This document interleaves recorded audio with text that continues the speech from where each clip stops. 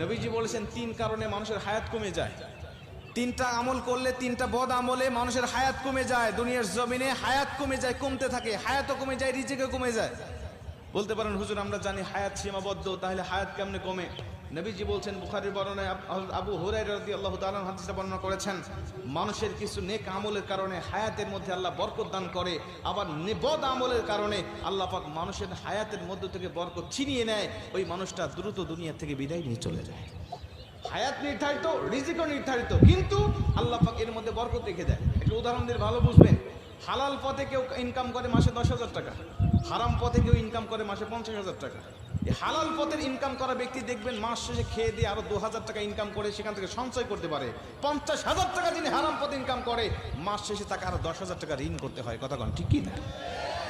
তার মানে হালালের মধ্যে আল্লাহ বরকত রেখে দিয়েছেন, হারামের মধ্যে কোনো বরকত নেই।